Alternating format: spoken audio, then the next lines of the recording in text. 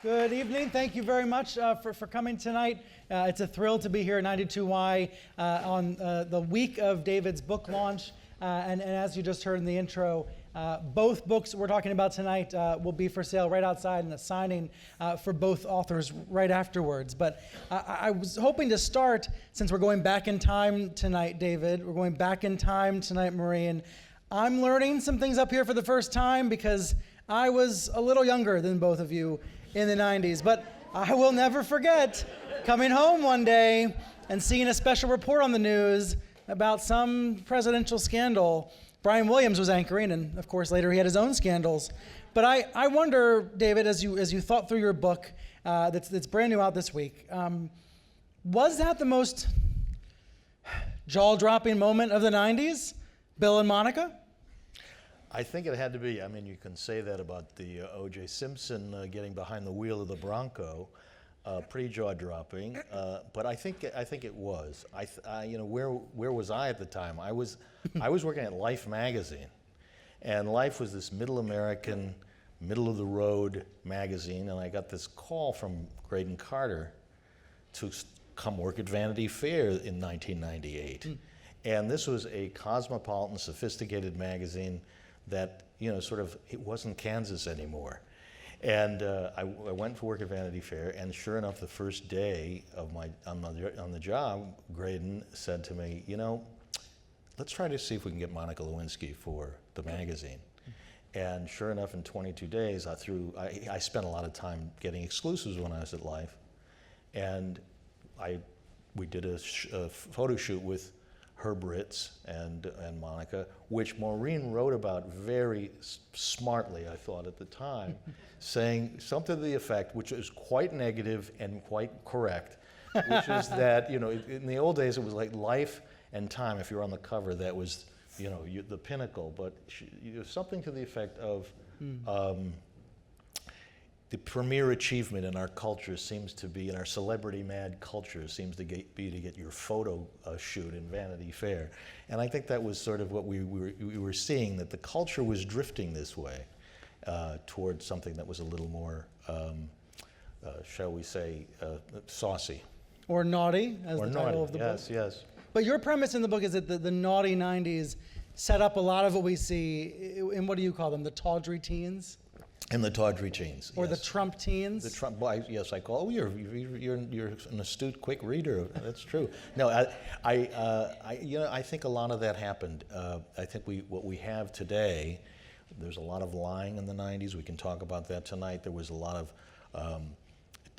there was this new thing called the World Wide Web, and it brought a lot of porn. It brought a lot of communication that might otherwise not happen between strangers. But you also had 24/7 television for this first time. Fox News, a 24/7 television war with Fox News and MSNBC. Right, we forget what it was like when it was just CNN, not Fox News and MSNBC. Right. Which you're doing a good job to put them out of business, I see these days. But you also had, when you're waking up in the morning, you're watching this trash television, this trash talk. You're watching in the evenings these reality television, which is a new thing with MTV's The Real World. You had, at one point in 1996, you had 16 syndicated or network tabloid shows. So you had this sort of overheated desire for scandal, and we were seeing a lot of scandal in our lives in that period that was being reinforced by the breakdown of the public and private life among public figures and private people. So the 90s are about scandal, whether it's the O.J. Simpson trial, whether it's Bill and Monica, whether it's the daily fixations of those syndicated shows you were describing.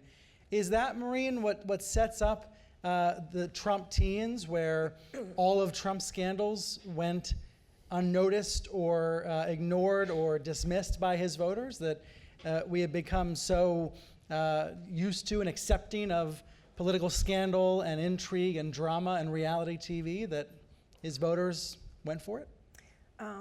Yes, I think of Donald Trump as the Rosemary's Baby of reality TV, social media, and politics. And 2 of the 3 of those kind of got off the ground in the 90s. And as David said, the 90s, for me, the 2, until Trump, the 2 most amazing stories I covered were at the beginning of the 90s and the end. And the beginning was Anita Hill and Clarence Thomas hearings. And I remember, the sage Washington wise men tried to persuade the feminists not to let Anita Hill use the word penis when she testified at Congress. They just thought the Capitol would come tumbling down, and the feminists ignored that and told her to go right ahead. And then by the end of the 90s, Anita Hill was seen kind of in a prissier way because as my friends Jane Mayer and Jill Abramson, who wrote a wonderful book about the Anita Hill Clarence Thomas case, they said that by the end of the 90s, the culture had been so, David's going to have to help me with the word pornographyized. Yeah, pornified. Pornified, yeah. That, Anita Hill was seen much differently. And Katie Roiphe, a feminist writer, said that feminists were less interested in policing sex as they had with Anita Hill and more interested in fantasizing about a macho president, fantasizing about surrendering to a macho president.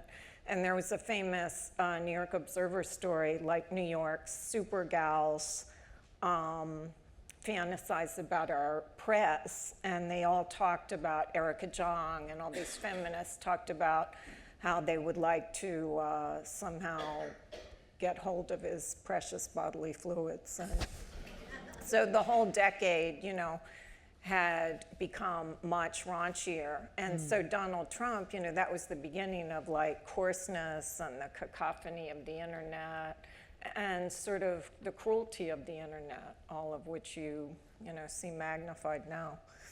When you're describing that conversation about Anita Hill and what word she's going to use, I'm thinking about the Access Hollywood tape and the shock or lack of shock at the use of those words.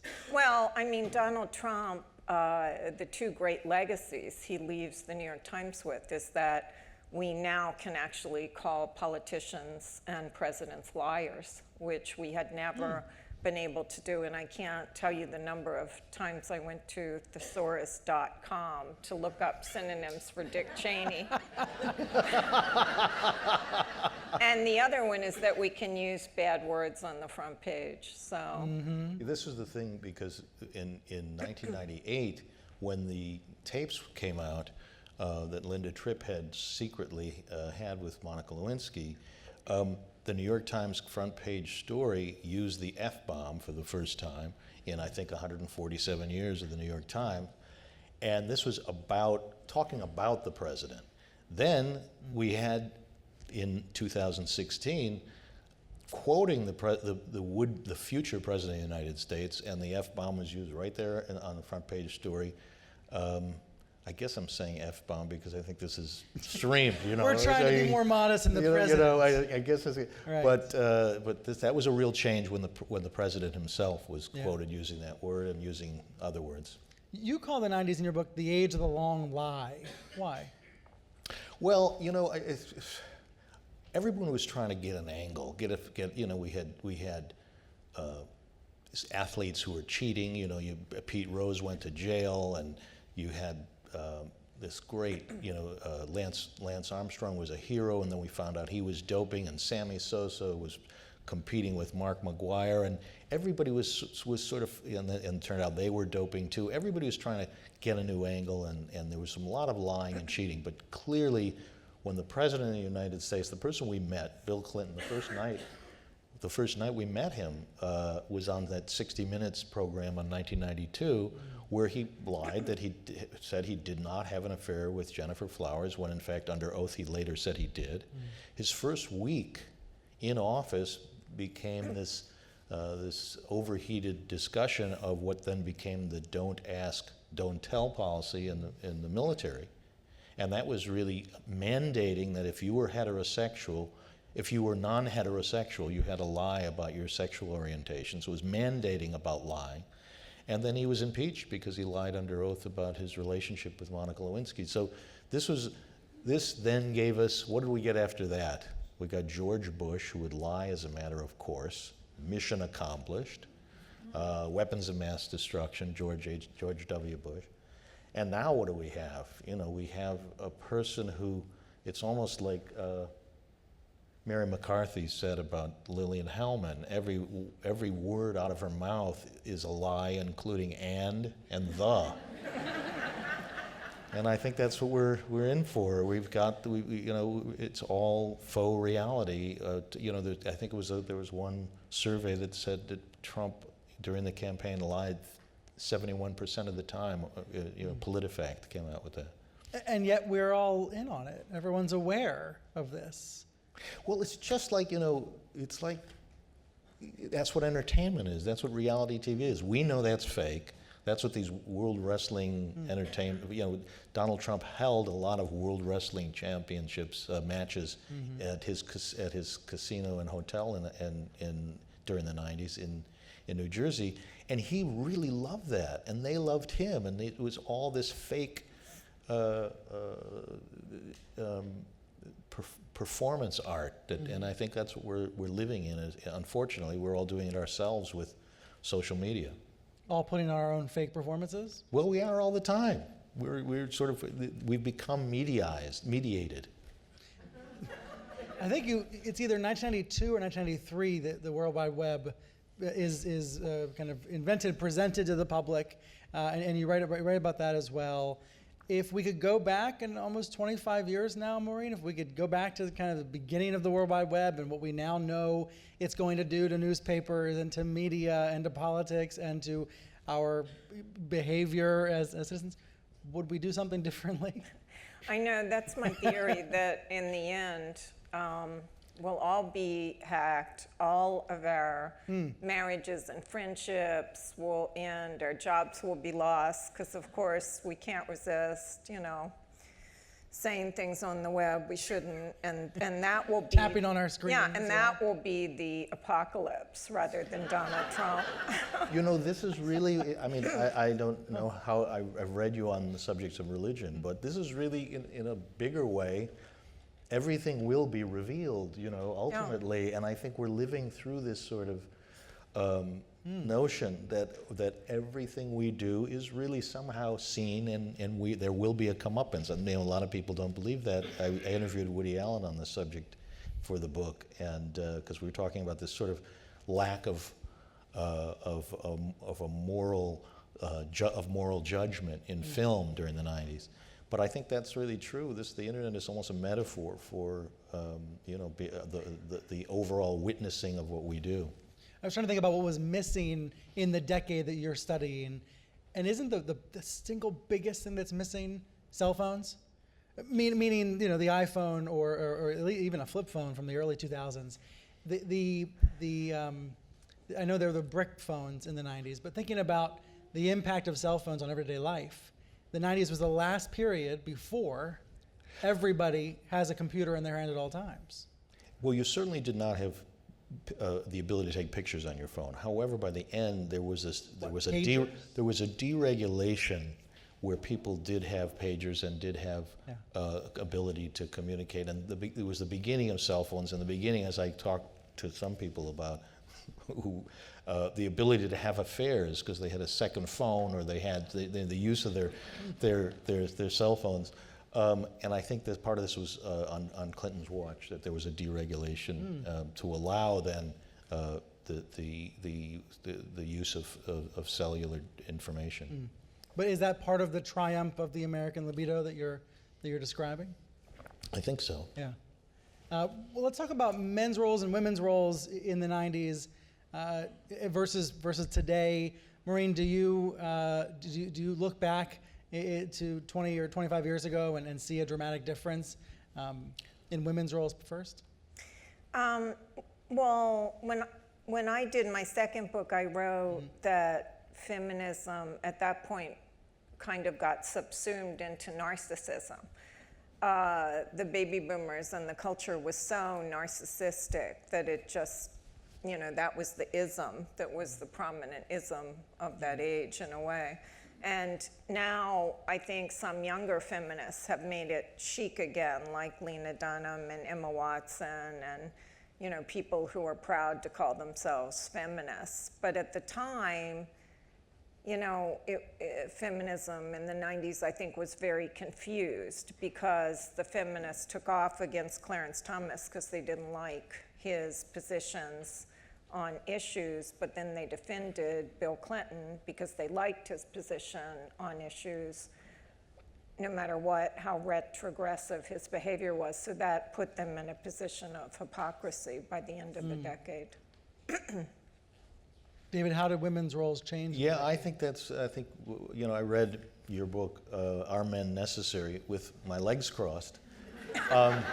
And I loved it, but the experience. But I have to agree with you. I mean, I think you had an agenda in second wave feminism where there were key issues: equal rights amendment, reproductive choice, women's rights. Women had to gather around, and in order to organize, you had to follow this sort of slate and follow the leader. And what happened then, I think in the 90s, was this DIY feminism where people were really, became a personal thing.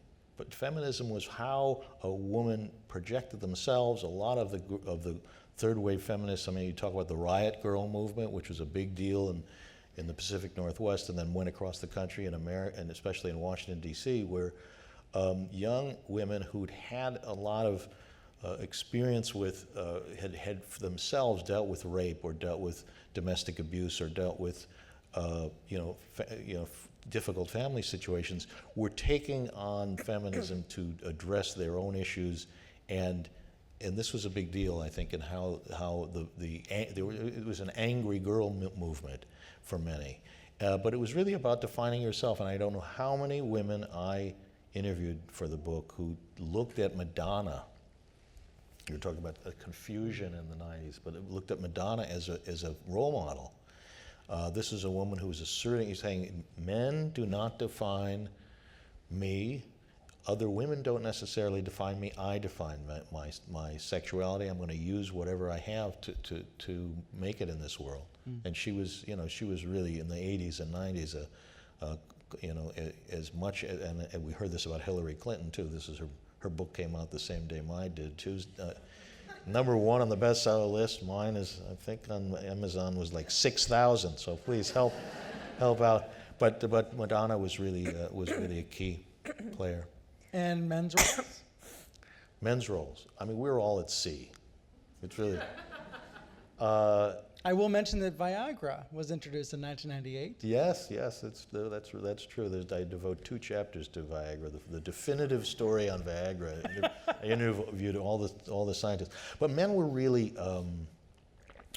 the advances of the women's movement, the changes in the job market with a lot of jobs going overseas. Men were having difficulty everybody was having difficulty making an income, and families were changed. Men had to take on more parenting responsibilities, and so over time, men understood. This became a trope that sort of the sensitive '90s guy, and this really, I think, men expanded who they could be. They got more in touch with their feminine side, I believe, in many cases. They became more empathetic, understood the problems of domestic violence because of the laws against domestic, new laws that were passed, and against harassment in the workplace. So I think men did learn, but certainly for much of the 80s and into the 90s, there were drum circles and sweat lodges, and men were gathering at the Million Man March or the Promise Keepers, these big stadiums. The men's movement was a bit lost for quite a while. Maureen, does David have anything wrong? Think about that part? No, I think the line from one of my columns that people remind me of the most was when I said, you know, when Bill Clinton and Al Gore were running together, that Gore was brimming with estrogen because they were both so sensitive. And I remember it was the first time you heard therapy talk at a convention, because Bill Clinton had been to a family therapist because his brother Roger had some substance addiction problems. And so Bill Clinton and Al Gore both talked, you know, in therapy talk, and they were, you know, that was the first time when the word metrosexual was used. And so they seem more like sensitive guys, but still guys too. Yeah, Dana Carvey had a funny thing where he had his first show, he played Clinton actually nursing a child. Saying that this president is so empathetic, he's decided to grow breasts. Everything I'm hearing, I just keep thinking about our president and about, please. Not with regards to that sketch in particular, but I'm thinking about the aggrieved young white men that are all over Reddit and 4chan promoting the Trump presidency, all these so-called men's rights activists. A lot of what you're describing sounds like the responses were felt at the ballot box last year. I agree. Do you think that too? Yeah, in many ways, the Trump presidency is this last shriek of white male privilege. But Trump seems, you know, he always reminds me of a guy who would come out of a steam bath in Vegas in 1959 with Frank Sinatra. And in fact, I interviewed Steve Bannon recently, and he very proudly said that Trump had a Rat Pack aura.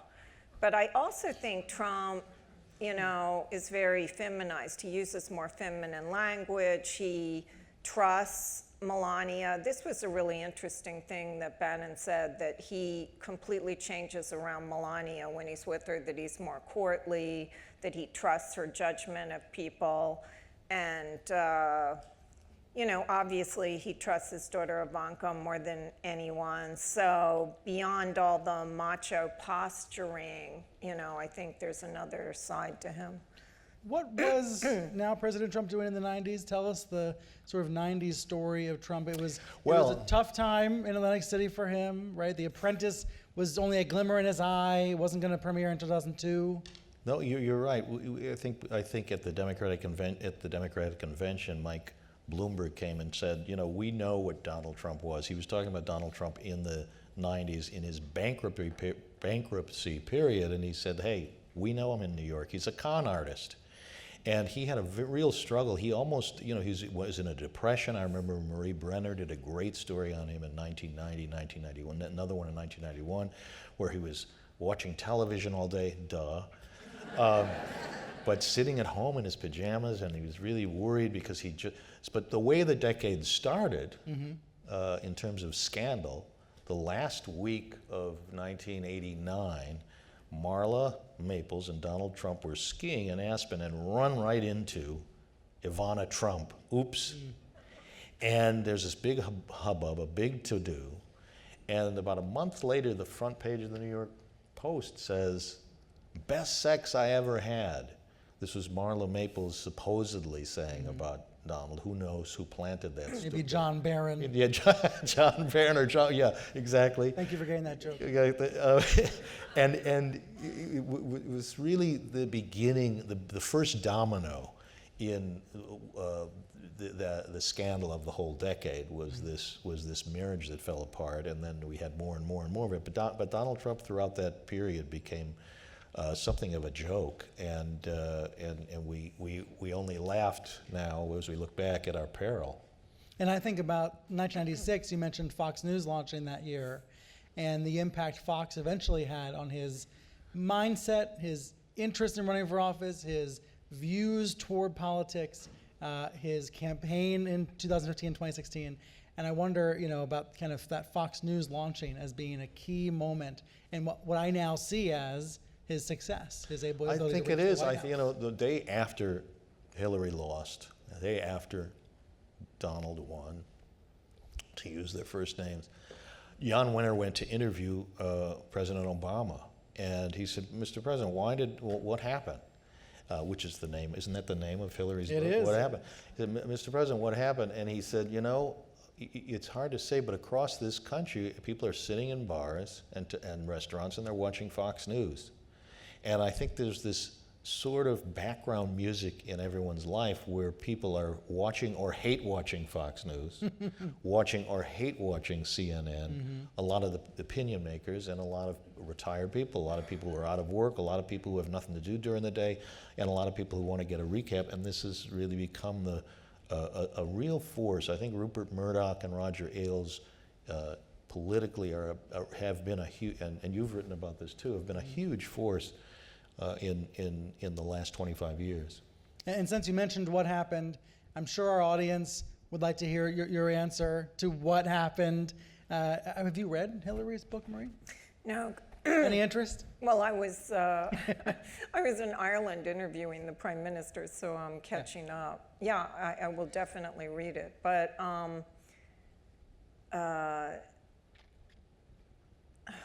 it's so hard to talk about Hillary because I know people get mad at me, and Times readers get mad at me when I talk about it. But I think, that the Comey thing and the Russian hacking, of course, hurt. But I think she could have won if she had paid attention to basic politics, which is you've got to go to Wisconsin, you've got to go to Michigan, you've got to have an economic message, a snappy one. You've got to, she actually thought about the slogan, "It's her turn," which kind of shows that she hadn't absorbed the lesson of her husband. The moment where her husband beat George Bush Sr. was when the woman in the debate said, "What are you going to do for me?" And Bush Sr. looked at his watch, and Bill Clinton went to the edge of the stage and said, "Tell me something about your life." Elections have to be about the voters' lives and what they need and want. They're not about you and the fact that it's your turn. And, I just think my favorite kind of weird historical fact is I feel like two Democratic nominees won the election but didn't get to go to the Oval Office because they didn't listen to Bill Clinton's advice, his wife and Al Gore. Al Gore. And Bill Clinton tried to tell his wife and her campaign manager a year out that there was an emergency situation with white rural men, and he offered to go work on it. And Robbie Mook, the campaign manager, would literally do an impression of Bill Clinton and make fun of him to reporters as old and out of it and not understanding the new campaign model, the big data model they were using. And so, Gore and Hillary had the right advice from Bill, but they just didn't listen. I think you're right about Robbie Mook and John Podesta. These were not the guys who were like Lee Atwater or Mary Matlin or any of the the real great strategists over the years. They dealt with polls. They didn't deal enough with data, and I think Hillary Clinton was basically. I know people anecdotally in western Wisconsin, Democratic friends, and in western Pennsylvania, who just kept saying, "Bring us the candidate. We don't need to see Tim Kaine anymore. We don't need to see Joe Biden. We want to see her." She basically phoned it in. I hate to say it. And Donald Trump, for all the things we can say negatively about him, was an active, engaged candidate traveling around the country, and yes, he also made it about himself and not about the voter, but he pretended, and voters began to see that. I think the main reason may be that we had 32 years of the establishment. We had a Bush followed by 8 years of a Clinton, followed by 8 years of a Bush, followed by 8 years of Obama and Clinton for part of that time. And people were just ready for a change, and they wanted to Yeah, and also President Obama and Hillary didn't You know, they looked at the whole phenomenon of Bernie Sanders, a 74-year-old socialist who was attracting 10,000 plus crowds and didn't get what it meant. They didn't change their game plan at all. You know, and it never occurred to President Obama that maybe given the moment or whatever, Joe Biden might have been a better candidate, or that Hillary should change her message or anything. They just were like, no, eat your spinach, you know, take what we give you. Yeah, like Calvin Coolidge, eat your spinach. I sort of think the one moment that may have changed things, and I know this is cruel to say, but I call it the glass slipper moment, you know, the Cinderella moment, was the right had set up this false narrative. You know, the far right had this whole notion that Hillary was ill. There was a sickness, you know, and it was all false. And yet she decided, for whatever reason, to you know, a year ago this month, to sort of stand there on 9/11, and even though she had pneumonia, didn't tell her staff, and tottered. So she was caught. Then she went into that SUV and left the glass slipper. Her shoe was left at the side of the curb as the SUV sped away. Right. And here was a pumpkin. You know, the campaign became a pumpkin after that. People said, oh, you know what? Maybe she isn't so great. Maybe there's some unhealth So issue. down. Well, David Axelrod had a tweet about it. He said, it's not the health, it's the stealth. It's the feeling The that stealth, she's that's right. hiding. He said, of course people get sick during campaigns, you know, but don't hide it. That morning was so strange. It was a Sunday morning. I was about to anchor at 11 a.m. She collapsed, didn't collapse. She slipped at 9:30 a.m. And for 90 minutes, they wouldn't say where she was. And we actually sent reporters to hospitals in New York because we were concerned that she was at the hospital. So over on the east side and over on the west side. And finally, after 90 minutes, which feels like an eternity in live TV, they reveal that she's at Chelsea's house and she's okay. But that stealth, that secrecy was exactly the problem that morning. Well, also, I think another basic flaw of the campaign was all the ads and the message were geared toward telling people that Trump was a sexist jerk. But I think his voters knew that and liked it. So they were looking for a baseball bat to destroy the Capitol. And the more a Rottweiler to eat everyone's face off. So the more she said, this guy is horrible, the more they're like, yeah, he's really gonna get us where we need to go. Is he eating people's faces? Is it working? Only, I don't know, Democrats. No, I mean, he's like licking Democrats' faces. Right. I think they're eating his lunch. Right. So while working on your book, David, did you find signs that we would be talking about Hillary Clinton running for president 16 years after the end of the 90s? And were there indications in the naughty 90s that we'd still be talking about the Clintons now? You know, it was so inevitable. We all got it so wrong that I actually wrote an ending to the book where Hillary Clinton won. Because I had to get this thing out, and they said, look, you know, just write the ending and let's move on, because David, we got to. And so I wrote an ending, as every pundit did. You know, you know it from covering it at election night. Right. And you know, suddenly it turned out the only silver lining in Trump's victory turned out to be that it's an illogical and logical conclusion for this book. You know, it's really led to this craziness. Alas. But yes, the Clintons were you know, this force, and I think it's still with us. We haven't woken up from that nightmare yet. We're going to take questions from the audience. There's been some index cards going around, but first a sort of speed round, a Rorschach test round, some names from the 90s that maybe we haven't mentioned yet, and what comes to mind first. Let's start with, who should we start with? Ellen DeGeneres. You wrote David? about this. Oh yeah, Ellen DeGeneres. She came out in real life and as the character Ellen Morgan on her show. Yeah. And we haven't touched on same-sex unions and the change in it was such a big deal to say, yep, I'm gay on the cover of Time magazine. Now Time wouldn't even do the cover. It became a template for how people came out was really Yeah. sort of in social media. They'll tweet about it now. Right.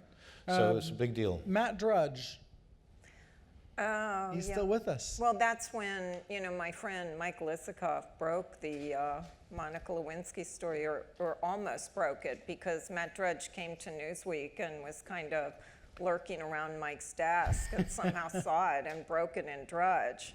And then Mike had to follow up, even though it was his scoop, and he was saying he couldn't decide if he was suicidal or homicidal. Right. And Drudge is still, a lot of media figures of the 90s have come and gone. He is still with us on a daily basis. But nobody ever sees him. No, he's- true. It's so strange. Maybe that because he's explains his- not on I see him in the TV, back. and he There's a moved to fedora. Florida, I noticed right? And he lives Yeah. in Florida now. He does, yeah. For tax reasons. I don't think even so. Well, know. it Yeah. was, That's right. But Dan Coulter is down there. Yeah. Sam Tannenhouse, the conservative historian, said that he could, and I interviewed him for the book, and he said you can really see this one line from this, a through line from Matt Drudge in Hollywood, because he was in LA at the time he launched it, in the trinket shop in CBS, at Right. CBS, Right. right all the way to the quote unquote alt-right and the Trump Times. This is really where there was the first commingling of fact and fiction and opinion, and you still have on Matt Drudge, but it was new then to have legitimate columnists and And then the crazy National screeds. Enquirer, and that's the next true, thing yeah. you have, and it's all this mixed, amalgam that we now live. Is now how the internet is read and how we all. Right. But he was the first to aggregate that. And Google, similarly, Google launches in 1998. Now it'll mix together anything and everything, no matter how reliable or not. But we take for granted Google before 98 was not a part of our lives. We need reliable sources. There it is. There's the plug. Okay, so more flash around. Seinfeld, probably the most iconic 90s show. Yeah, Seinfeld was. I'm one of the few people. I loved his stand-up. We used to go. I see some friends in the audience. We used to go see Seinfeld perform live. By the time the show was really depressing to me. Everybody who was such, as much as I love Curb Your Enthusiasm, it was really a lot of how do you pronounce it? It's Schadenfreude. There's really a lot of people who were just not really helping society, not really helping one another as much. It was just sort of going through their sexual and neurotic problems all the time, and so I didn't find it a fun read. Well, the funny footnote to that is that Steve Bannon was an investment banker who invested in Seinfeld, and that's how he got rich, which I know because I have talked to Larry David about this, that infuriates Larry David. Wow, what a strange world. Strange world. 90s legends, Newt Gingrich. He's the reason. We had Barry Goldwater, but I have to say, and you've written, I would love to read this paragraph of yours where you summarize his 3 marriages perfectly. But you get the book and you'll read Maureen Dowd on the subject. He really began this obstructionism that we have to this day. Mitch McConnell's just learned from Newt. Yeah, he brought in these 45 and under, sort of renegades who came to the Capitol, stood on the steps, signed the contract with America, and it became a tactic not to do anything. So the Congress has not done anything ever since then, and that was how they governed. Also, he was kind of the epitome of hypocrisy because he was going after Bill Clinton, for dating a Washington intern when he was having an affair with a Washington, young staffer who is now going to be our next ambassador to the Vatican. To the Vatican. In a very, very rich irony. Not even a punchline. Don't even need one. 90s names. Heidi Fleiss. Who comes to mind? Oh, yeah, Heidi Fleiss. I think I might have interviewed her once, actually. But you barely remember. That's not a good sign for her. Well, I mean, there were so many, many aspects of the sexualized decade, you know, it just was coming so thick Well, and Pamela fast. Anderson was next on my list, yeah. Yeah. And then Paula Jones. I interviewed Heidi Fleiss. I went to her hacienda at the edge of Death Valley in Nevada, and she greeted me with a macaw on her shoulder. Oh, I remember that. She has 20 macaws in this 2 trailers in the middle of the desert, and she really was she was just delightful and funny, and had just come off of being treated for crystal meth, she said, and she was really having some issues, but she looked at that period as saying, boy, you know, people look at me, but and as being somebody who's been to prison, so there's a negative association when you think of me. But in fact, I made it, in her mind, she said, I made it okay. Everyone knows that there's something going on sub rosa in their lives that's going to get revealed. And this was her sort of understand. She said, this is what I contributed to the 90s. What else I contributed to the era was, she said, was that her brother, or no, her cousin, Mike Fleiss, started all these reality shows, and That's she right. started into a lot of reality shows. That's right. And she felt, God, I contributed to the dumbing down of the culture. I really. But you mentioned Pamela Anderson. I mean, funny. this is a private. I mean, she was in the most popular show in the whole world. There were 162 countries, I think, that had Baywatch. Take that, Seinfeld. Yeah, even now, but now we're watching Seinfeld in syndication constantly. And now Pamela Anderson is, I know she's dating Julian Assange She's or just hanging with hanging Julian with Or him. trying to, yeah. I don't know. It's so bizarre. That's a weird trajectory. Yeah. I can't even go there. It's You know, a 90s name we haven't talked enough about maybe is O.J. Simpson. And how did you see that trial intersecting with this naughty 90s theme, if at all? I mean, the O.J. Simpson trial was really one of the shots heard around the world. You talked about Paula Jones just now. Mm-hmm. I think America changed. I mean, in like May, June of 1994, you had Paula Jones deciding to push ahead her lawsuit against Bill Clinton for sexual harassment and for defamation, which he denied. But here was this case that then everything followed this case. You had Whitewater, you had the impeachment. It was all came out of this lawsuit that Paula Jones had, and this dumbing down, as I said, but this sort of sleaziness that sort of entered the culture. And then 6 weeks later, there's this white Bronco on the freeway in LA, and OJ's behind the wheel.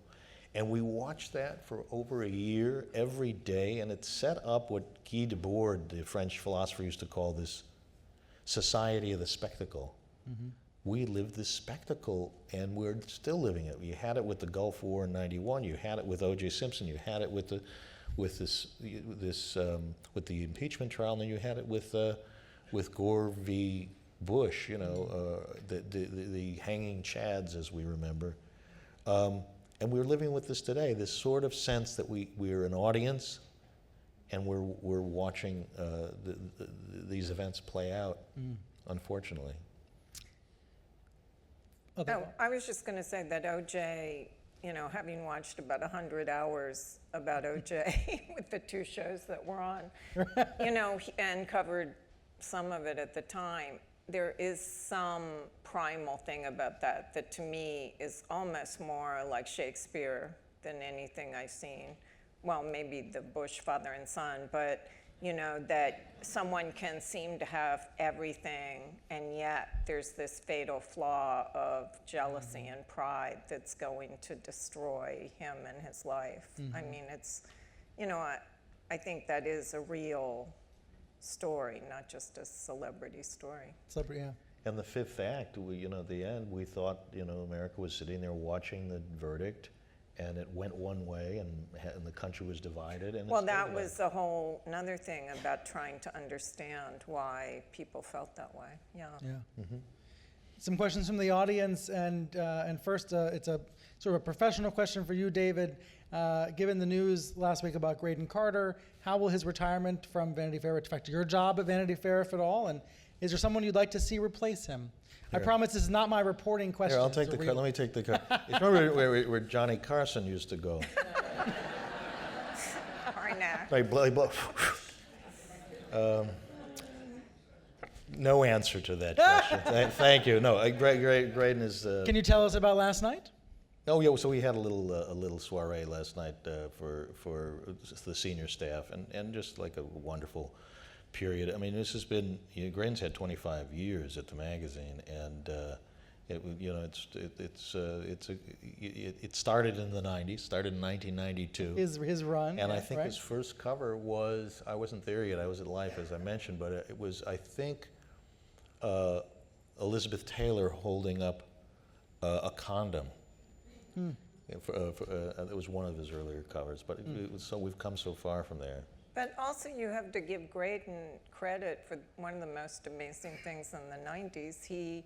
When he was at Spy, labeled Donald Trump the short-fingered vulgarian. And Graydon told me that Trump used to send him a lot of pictures of his hands with gold and surrounding, like with the note, "Not so short." And today, in Florida, he once again said the gloves he was given were too small. Did he say that again today? He did. Yeah. I heard he doubled, you said joking. quadrupled down on Charlottesville today, too. Well, we'll save that for after the show. Oh, my God. Some other questions from the audience. I thought this was a really interesting one. It says, it seems to me that the internet, 24/7 news, which was really come into its fore in the 90s, and then social media, which was just really a glimmer in the eye of creators in the 90s, has also created widespread judgmentalism of behavior of politicians, of parenting. It's so easy to publicly judge people. Do you all agree? Is that good, bad, and are we just too judgmental now? I'd ask an opinion writer that question. Are we too judgmental? Well, I do think, I kind of agree with the experts who say that the internet is changing our brain and making us less empathetic, and I think that's not a positive thing about our brains, but it's and our social interaction, but you can't stop it, so. I think we do like to take people down a notch. I think that's how we've become to make ourselves feel better. There's a sort of narcissism in society now where we want to be judgmental, and this is how we feel better, but also we want to see them then resurrect, and that makes us assuage our guilt for having done that, felt that. And this is this weird, this weird cycle. I think Harry Benson, I think, is in the audience tonight, the photographer, and he and I have done a lot of stories together, and he talks about this rise of paparazzi in the 90s. It's I talk about it in the book. Princess Di. And Princess Di. 20-year anniversary of her death. But I think part of the reason for the rise of paparazzi was stars had put so much of a Praetorian guard around them that they began to, that you had to get something real. And so paparazzi, which began in the 1950s, really became this way of getting at our icons, because we couldn't see them in a real way. They had too many publicists and they had too many minders, and now suddenly you had the rise of all these magazines and TMZ and what have you. But I think a lot of that was due to this machine that now we have around our political figures too. Right. This is an interesting one. I assume this is from Richard Plepler, the head of HBO. If you were the head of HBO and you could create a show about any story from the 1990s, what would you greenlight? I'd take a couple chapters from that book on Viagra and make that into Viagra? Why? Yeah, that story's never really been told, and the backstory is really fascinating about the scientists. Who there was this really how actually seems like a great HBO idea, if we're being honest. Yeah, right? Yeah, I'd love to see it, because what happened was there was this heart drug The book grew out of a conversation with a cardiologist friend of mine who said to me, you know the story about the Viagra? I said, no. He said, well, this heart drug that we had, that the patients in the trials would you get this little side effect.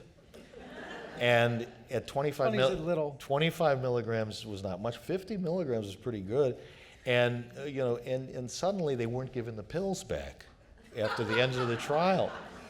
And so they switched from a heart health drug to a sexual health drug. But the scientists who did it, the patients I interviewed, the many people. So I could see that. I could see that as a show. Okay. How about you? Maybe a story you covered in the '90s, Maureen, that should be a show. We've had 2 of the OJ series, of course, recently. I don't know. I'll have to think about it. Aren't we just now sort of entering the period where the '90s are history enough to be written about in a full book form, to be serialized on television? Did you think about how much time you wanted to wait into the teens before doing this? No, I just had a real day job, so I couldn't get the damn thing finished early. So, but that's true enough. You had a great book, Joseph Stiglitz, Roaring '90s, which is really about the economics of that, the greatest peacetime expansion economically in history. There have been a few other things. We've had this '90s nostalgia now, and we're having that because a lot of, I signed books at BEA at the book fair, and I thought I was writing a book for the boomers. No, the people who were lining up for me to sign their galleys were all in their 20s and 30s. They were Gen X's and Gen Y's, and this was my decade, and they're wanting answers now. And this is, I think you see the appeal of the shows you were talking about, the OJ shows and the Anita Hill shows, and God, we're having reboots of everything now, from, Baywatch, to Twin Peaks, which was a really amazing show in the '90s. So what are they looking for, you think? Looking back in time? I don't know. I think people are looking back at lost youth in the same way that these were good times. There was, as crazy as it was, you had obviously the Balkans, you had the Gulf War, you had some issues in Somalia, a lot of death and destruction in foreign lands, but really we were living a pretty untroubled time, with the exception of, in this country, with the exception of the first World Trade Center attack in 1993. These were, in the same way that the 50s were looked at in the 70s and 80s as boys, remember those great, the 50s and 60s? I think we're looking back now, 25, 30 years later, and saying, boy, those 90s, those were a pretty great time. So back when America was great? Ooh. Get my hat. Just asking. Back when Donald Trump loved Hillary Clinton, was a Democrat, and contributed to her. That's right. So perhaps it's not too late for that reunion, if we see him, as you said, licking the faces of Chuck and Nancy. He may need another cabinet member really soon. I'm going to leave it there with David and Maureen. Just a reminder, the book, The Naughty 90s, The Triumph of the American Libido, is going to be right outside for a signing, as well as Maureen's book, The Year of Voting Dangerously.